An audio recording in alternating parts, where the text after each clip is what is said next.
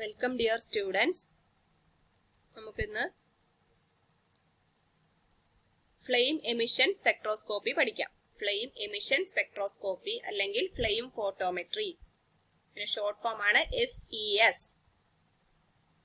FES പഠിക്കുന്നതിന് മുന്നേ തന്നെ നിങ്ങൾ AAS ക്ലാസ് ഒന്നുകൂടി ഒന്ന് കണ്ടേക്കണം. ആ ക്ലാസ് ഒന്നുകൂടി ഓർമ്മ കിട്ടാൻ വേണ്ടിയിട്ടാണ്. AASഉം FESഉം രണ്ട് ഇൻസ്ട്രുമെന്റൽ മെത്തേഡുകളാണ് കെമിക്കൽ അനാലിസിസിന് വേണ്ടിയിട്ടുള്ളത്. അപ്പോൾ ഒന്ന് കമ്പയർ ചെയ്ത് ഓർക്കാനായിട്ട് AAS ഒന്നുകൂടെ നോക്കിക്കോണം. ഓക്കെ. ഫ്ലെയിം ഫോട്ടോമെട്രി അല്ലെങ്കിൽ FES is one of the most widely used analytical technique. It can be used for both qualitative and quantitative analysis, especially the first and second group elements in the periodic table. FES is more accurately known as Flame Atomic Emission Spectroscopy, FAES. അപ്പോൾ FAES എന്ന് പറഞ്ഞാലും FES എന്ന് പറഞ്ഞാലും എന്താണ്? Flame emission spectroscopy തന്നെയാണ്. അല്ലെങ്കിൽ അതിന് മറ്റൊരു പേരാണ് ഫ്ലെയിം ഫോട്ടോമെട്രി. അപ്പൊ AASന് പറയുന്ന മറ്റൊരു പേരായിരുന്നു അബ്സോർഷൻ ഫ്ലെയിം ഫോട്ടോമെട്രി. ഇവിടെ അബ്സോർഷൻ ഇല്ല, ഫ്ലെയിം ഫോട്ടോമെട്രി എന്ന് മാത്രമാണ്. അപ്പൊ ഫ്ലെയിം ഫോട്ടോമെട്രി എന്ന് മാത്രം പറഞ്ഞു കഴിഞ്ഞാൽ അത് എമിഷൻ ആണെന്ന് ഓർക്കണം. അബ്സോർഷൻ ഫ്ലെയിം ഫോട്ടോമെട്രി എന്ന് പറഞ്ഞാൽ അത് AAS ആണെന്ന് ഓർത്തോണം. Flame photometry is based on the measurement of intensity of light emitted when the metal is introduced into the flame. Metal solution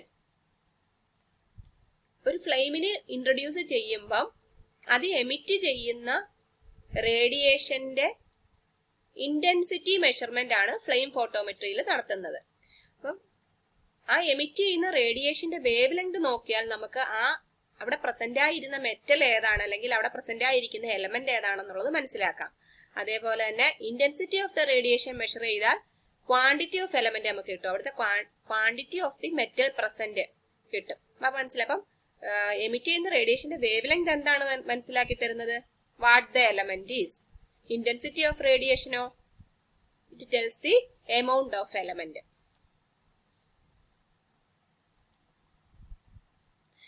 what is the theory of FES? എന്താണ് FESൽ സംഭവിക്കുന്നത്?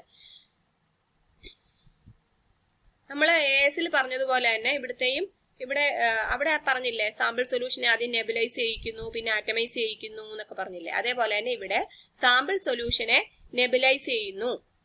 Flame emission സ്പെക്ട്രോമെട്രിയിലും the sample solution is nebulised. That is the sample solution is converted into fine droplets of liquid. അത് തന്നെയാണ് ഈ പറഞ്ഞിരിക്കുന്നത്. Converted into fine aerosol and then introduced into the flame. എന്നിട്ടാണ് nebulise ചെയ്തിട്ട് ഫ്ലെയിമിൽ ഇൻട്രൊഡ്യൂസ് ചെയ്യുന്നു. അപ്പൊ AAS ഒന്ന് മനസ്സിലോർത്തോണം. AASൽ എന്താണ് സംഭവിക്കുന്നത്? സാമ്പിൾ സൊല്യൂഷൻ നെബുലൈസ് ചെയ്തിട്ട് ഫ്ലെയിം ആറ്റമൈസർ യൂണിറ്റിനകത്തിലോട്ട് വിടുന്നു. എന്നിട്ട് നമ്മൾ എക്സ്റ്റേണൽ ആയിട്ട് ഒരു source of radiation, hollow cathode lamp അവിടെ ഉപയോഗിച്ചിട്ടുണ്ടായിരുന്നു. ഇവിടെ എക്സ്റ്റേണൽ ആയിട്ട് ഒരു സോഴ്സ് വേണ്ട, ഇവിടെ ഫ്ലെയിം മാത്രമേ ഉള്ളൂ. ഈ ഫ്ലെയിമിലോട്ടാണ് നമ്മൾ ഈ സാമ്പിൾ സൊല്യൂഷനെ നെബുലൈസ് ചെയ്തിട്ട് ഇൻട്രൊഡ്യൂസ് ചെയ്ത് വെച്ചിരിക്കുന്നത്.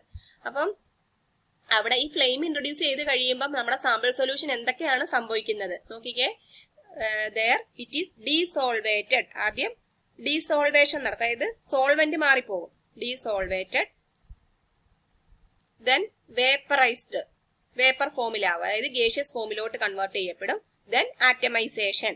അപ്പം ഡീസോൾവേഷൻ നടക്കും. ഫ്ലെയിമിൽ ഇൻട്രൊഡ്യൂസ് ചെയ്ത് കഴിയുമ്പം സാമ്പിൾ സൊല്യൂഷൻ ആദ്യം ഡീസോൾവേഷൻ നടക്കും, പിന്നെ വേപ്പറൈസേഷൻ നടക്കും, പിന്നെ ആറ്റമൈസേഷൻ നടക്കും. ഇത് മൂന്നും കണ്ടിന്യൂസ് ആയിട്ട് നടക്കും. എന്നിട്ട് അറ്റമൈസ് ചെയ്ത് കഴിയുമ്പം പിന്നെ എന്ത് സംഭവിക്കും? The atoms and molecules are rise to excited state. Atomise ചെയ്ത് കഴിയുമ്പം ആറ്റംസ് എക്സൈറ്റഡ് സ്റ്റേറ്റിലോട്ട് പോകും. എവിടുന്ന് എനർജി കിട്ടുന്ന? ആ ഫ്ലെയിമിൽ നിന്നുള്ള തെർമൽ എനർജി അബ്സോർബ് ചെയ്തിട്ട്, ഫ്ലെയിമിൽ നിന്ന് കിട്ടുന്ന തെർമൽ എനർജി അബ്സോർബ് ചെയ്തിട്ട് ആറ്റംസ് എക്സൈറ്റഡ് സ്റ്റേറ്റിലോട്ട് പോകും. ഈ എക്സൈറ്റഡ് സ്റ്റേറ്റ് ചെല്ലുമ്പം അതിന് മനസ്സിലാകും അതൊരു അൺസ്റ്റേബിൾ ആയിട്ടുള്ള സ്റ്റേറ്റ് ആണെന്ന്. വിത്തിൻ 10⁻⁻⁶ to 10⁻⁹ സെക്കൻഡ് അത് തിരിച്ച് ഗ്രൗണ്ട് സ്റ്റേറ്റിലോട്ട് പോരും. അതാണ് ഇതാണ്ട്. അപ്പം 5 പ്രോസസ്സുകളാണ് ഇതിലൊരു ഇൻവോൾവ് ആയിരിക്കുന്നത്. ഫസ്റ്റ് ഫ്ലെയിമിൽ ഇൻട്രൊഡ്യൂസ് ചെയ്ത് കഴിയുമ്പം ഡീസോൾവേഷൻ, വേപ്പറൈസേഷൻ, ആറ്റമൈസേഷൻ, എക്സൈറ്റേഷൻ. ഇവിടെ വരുന്നത് എക്സൈറ്റഡ് എനർജി ലെവലിലോട്ട് പോകുന്നു. എക്സൈറ്റഡ് എനർജി ലെവൽ ചെന്ന് കഴിഞ്ഞാൽ പിന്നെ എന്താണ്? എമിറ്റ് റേഡിയേഷൻ തിരിച്ച് താഴെ ഗ്രൗണ്ട് സ്റ്റേറ്റിലോട്ട് വരുന്നു. എങ്ങനെയാണ് ഗ്രൗണ്ട് സ്റ്റേറ്റിലോട്ട് വരുന്നത്? റേഡിയേഷൻ അത് അബ്സോർബ് ചെയ്ത റേഡിയേഷനെ മൊത്തം എമിറ്റ് ചെയ്തിട്ടാണ് തിരിച്ച് ഗ്രൗണ്ട് സ്റ്റേറ്റിലോട്ട് വരുന്നത്. അപ്പൊ ദേ ആ 5 process occurring in the flame നമുക്ക് സമ്മറൈസ് ചെയ്ത് നോക്കിയാൽ ഇത് എങ്ങനെയാണ് സംഭവിക്കുന്നത്. അതായത് മെറ്റൽ സൊല്യൂഷൻ ആദ്യം എന്താണ് പറഞ്ഞത്, ഡീസോൾവേഷൻ നടന്നിട്ടത് സോളിഡ് ആയിട്ട് മാറി. സൊല്യൂഷൻ സ്റ്റേജിൽ ഇരുന്ന സാധനം സോളിഡ് ആയി, അതായത് സോൾവെന്റ് അതിൽ നിന്ന് പോയി. പിന്നെ ഈ സോളിഡ് ആയിട്ടിരിക്കുന്ന ആ സബ്സ്റ്റൻസ് വേപ്പറൈസ്ഡ് സ്റ്റേറ്റിലോട്ട്, ഗേഷ്യസ് സ്റ്റേറ്റിലോട്ട് പോകും. ആ ഗേഷ്യസ് സ്റ്റേറ്റിൽ ചെന്നിട്ട് പിന്നെന്തെടുക്കും, ആറ്റമൈസേഷൻ നടക്കും. മെറ്റൽ ആറ്റം ഫോം ചെയ്തു, മെറ്റൽ ആറ്റം ഫോം ചെയ്തു. എന്നിട്ട് അത് ഗ്രൗണ്ട് സ്റ്റേറ്റിൽ ഇരിക്കുന്ന മെറ്റൽ ആറ്റമാണ്. ആ മെറ്റൽ ആറ്റം പിന്നീട് തെർമൽ എനർജി അബ്സോർബ് ചെയ്തിട്ട് എക്സൈറ്റഡ് സ്റ്റേറ്റിലോട്ട് പോകും. പിന്നീട് എന്ത് സംഭവിക്കും, എക്സൈറ്റഡ് സ്റ്റേറ്റിൽ നിന്നും തിരിച്ച് ഗ്രൗണ്ട് സ്റ്റേറ്റിലോട്ട് പോകും. ഈ 5 റിയാക്ഷൻസ് ആണ് ഈ ഫ്ലെയിമിൽ ഇൻട്രൊഡ്യൂസ് ചെയ്ത് കഴിയുമ്പോൾ നമ്മുടെ സാമ്പിൾ സൊല്യൂഷന് സംഭവിക്കുന്നത്. നോക്കിക്കേ, ഗ്രൗണ്ട് സ്റ്റേറ്റ്, എക്സൈറ്റഡ് ഗ്രൗണ്ട് സ്റ്റേറ്റിലോട്ട് പോകണമെങ്കിൽ എനർജി അബ്സോർബ് ചെയ്തിട്ടാണ് എക്സൈറ്റഡ് സ്റ്റേറ്റിലോട്ട് പോകുന്നത്. അവിടുന്ന് തിരിച്ച് ആ റേഡിയേഷൻസ് എല്ലാം എമിറ്റ് ചെയ്തിട്ട് ഗ്രൗണ്ട് സ്റ്റേറ്റിലോട്ട് പോരും. ഇതാണ് ഇതിന്റെ തിയറി, ഫ്ലെയിം എമിഷൻ സ്പെക്ട്രോമെട്രിയുടെ തിയറി ഇതാണ്. ഇനി നമുക്ക് ആ 2 എനർജി ലെവലുകൾ തമ്മിലുള്ള ഡിഫറൻസ് ഒക്കെ നോക്കാം. ഇതാണ് ഫസ്റ്റ് ഗ്രൗണ്ട് സ്റ്റേറ്റ്, ഇതാണ് having energy E1, then the excited state is E2 having energy E2. The difference in energy level delta E is equal to E2 minus E1, that is equal to h nu, where nu is the frequency of emitted radiation and h is the Planck's constant. നിങ്ങൾക്ക് അറിയാം delta is equal to h nu എന്നുള്ളത്. h is Planck's constant. പിന്നെ ന്യൂന് പകരം c by lambda എന്ന് കൊടുത്താൽ delta is equal to hc by lambda. Just അറിഞ്ഞിരുന്നാൽ മതി ആ എനർജി ഡിഫറൻസ് എത്രയാണ്, എന്തുമാത്രം എനർജി അബ്സോർബ് ചെയ്താലാണ് ഗ്രൗണ്ട് സ്റ്റേറ്റിൽ നിന്ന് എക്സൈറ്റഡ് സ്റ്റേറ്റിലോട്ട് പോകാൻ സാധിക്കുക എന്നുള്ളത്. അടുത്തത് ഇനിയും the fraction of neutral atoms which undergo thermal excitation is given by the Boltzmann relation. അപ്പം ഗ്രൗണ്ട് സ്റ്റേറ്റിലായിരിക്കും സാധാരണ ആറ്റംസ് എല്ലാം കൂടുതലുള്ളത്. ഇവിടെ അതിന്റെ പോപ്പുലേഷൻ എന്നൊരു വേർഡ് ഓർത്തോണം. അന്നേരം ഗ്രൗണ്ട് സ്റ്റേറ്റിലായിരിക്കും, അതായത് ലോവർ എനർജി സ്റ്റേറ്റിലായിരിക്കും എപ്പോഴും ആറ്റംസ് നിൽക്കാൻ ഇഷ്ടപ്പെടുന്നത്. പക്ഷെ അതിന് ഒരു പർട്ടിക്കുലർ എമൗണ്ട് ഓഫ് എനർജി കിട്ടിക്കഴിഞ്ഞാൽ അത് എക്സൈറ്റഡ് സ്റ്റേറ്റിലോട്ട് കുറെ ആറ്റംസ് എക്സൈറ്റ് ചെയ്തു പോകും. അപ്പം the fraction of the neutral atoms which undergo thermal excitation is given by the Boltzmann equation. ഇതൊരു ബോൾസ്മാൻ ഇക്വേഷൻ ആണ്, ഇത് ബോൾസ്മാൻ റിലേഷൻ ആണ്. വേർ എന്താണ് റിലേഷൻ എന്ന് പറയുന്നത്, n star by n0 is equal to AE raise to minus delta E by KT. നമുക്ക് ഈ equation നിങ്ങൾ പഠിക്കണം, ഈ ബോൾസ്മാൻ റിലേഷൻ നിങ്ങൾ പഠിക്കണം. ഈ ബോൾസ്മാൻ റിലേഷൻ എന്തിനു വേണ്ടിയിട്ടുള്ളതാണെന്ന് ചോദിച്ചാൽ ന്യൂട്രൽ ആറ്റത്തിന്റെ fraction of neutral atom which undergo thermal excitation കണ്ടുപിടിക്കാൻ വേണ്ടിയിട്ടുള്ളതാണ്. അപ്പൊ നിങ്ങൾക്ക് ഈ ഇക്വേഷൻ ഓർക്കാൻ എളുപ്പമാ. ഈ ഇക്വേഷൻ എന്തുമായിട്ട് സിമിലാരിറ്റി തോന്നിക്കുന്നുണ്ട്, നമ്മുടെ അരീനിയസ് ഇക്വേഷനുമായിട്ട് സിമിലാരിറ്റി തോന്നിക്കുന്നുണ്ട് അല്ലെ. K is equal to AE raise to minus EA by RT എന്നല്ലേ അരീനിയസ് ഇക്വേഷൻ. അപ്പൊ അതുമായിട്ടൊരു സിമിലാരിറ്റി ഉണ്ട്. അവിടെ കെയ്ക്ക് പകരം നമുക്ക് ഇവിടെ ഈ പോപ്പുലേഷൻ ഓർത്താൽ മതി, fraction of neutral atoms which undergo thermal excitation, that is n star by n0. n0 എന്ന് പറഞ്ഞാൽ total atoms in the ground state, n star is the number of atoms in the excited state, K is the Boltzmann constant, A is the constant for element, ഒരു constant ആണത്. Delta E എന്ന് പറയുന്നത് the energy difference between the levels. അപ്പൊ നമുക്ക് ഈ ഒരു relation നോക്കിയാൽ മനസ്സിലാകും. ഈ fraction of neutral atoms which undergo thermal excitation എന്ന് പറയുന്നത് ദാറ്റ് ഡിപ്പെൻഡ്സ് ഓൺ ടെമ്പറേച്ചർ. അപ്പൊ ടെമ്പറേച്ചറിനെ ഡിപ്പെൻഡ് ചെയ്യുന്നുണ്ട്. ടെമ്പറേച്ചറിനെ പറഞ്ഞാൽ ടെമ്പറേച്ചറിന് ഇവിടെ കാരണക്കാരനായ ഫ്ലെയിം ആണ്. അപ്പൊ ആ ഫ്ലെയിമിന്റെ ടെമ്പറേച്ചറിനെ കൺട്രോൾ ചെയ്ത് കഴിഞ്ഞാൽ നമുക്ക് fraction of neutral atom which undergo thermal എക്സൈറ്റേഷനെ കൺട്രോൾ ചെയ്യാൻ പറ്റും.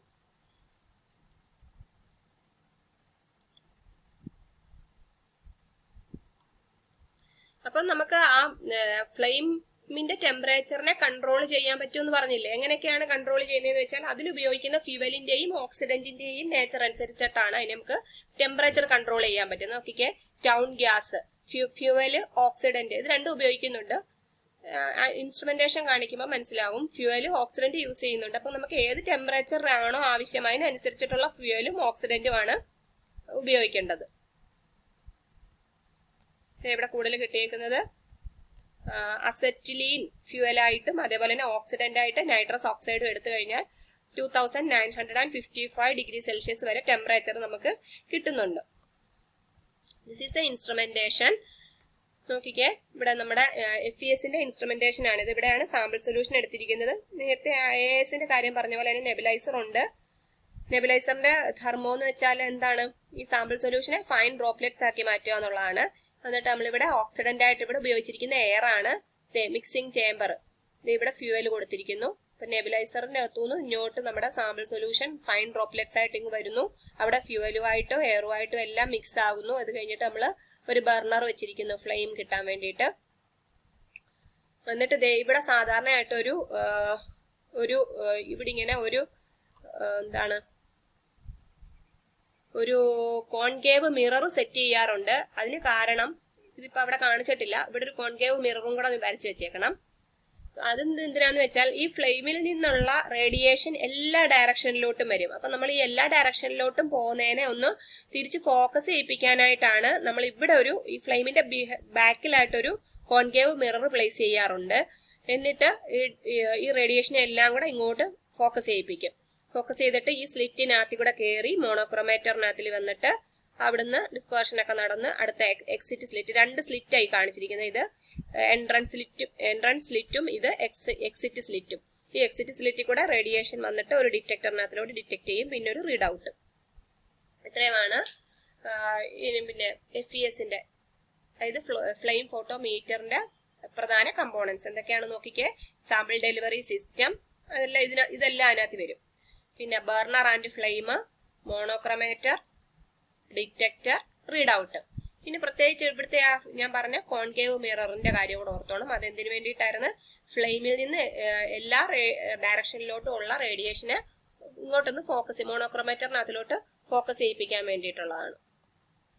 ഇനി what are the applications of flame photometry? Flame photometry can be used to detect the presence and quantity, അല്ലെങ്കിൽ നമുക്ക് പറയാം ക്വാണ്ടിഫൈ എന്താണെന്ന് മനസ്സിലാക്കാനും അതേപോലെ തന്നെ ക്വാണ്ടിറ്റി മനസ്സിലാക്കാനും നമുക്ക് ഇത് ഉപയോഗിക്കാം. പ്രത്യേകിച്ചും ഫസ്റ്റ് ആൻഡ് സെക്കൻഡ് ഗ്രൂപ്പ് എലമെന്റ്സിന്റെ പീരിയോഡിക് ടേബിളിന് വേണ്ടിയിട്ടാണ് ഫ്ലെയിം ഫോട്ടോമെട്രി യൂസ് ചെയ്യുന്നത്.